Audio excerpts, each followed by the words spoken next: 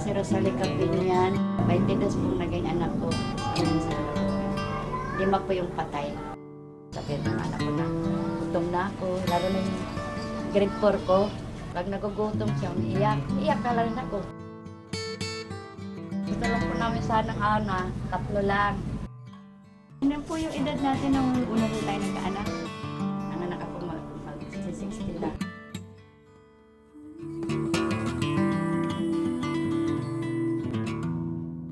Ako po si Lori Jane Odoran, papanganak ko pa lang.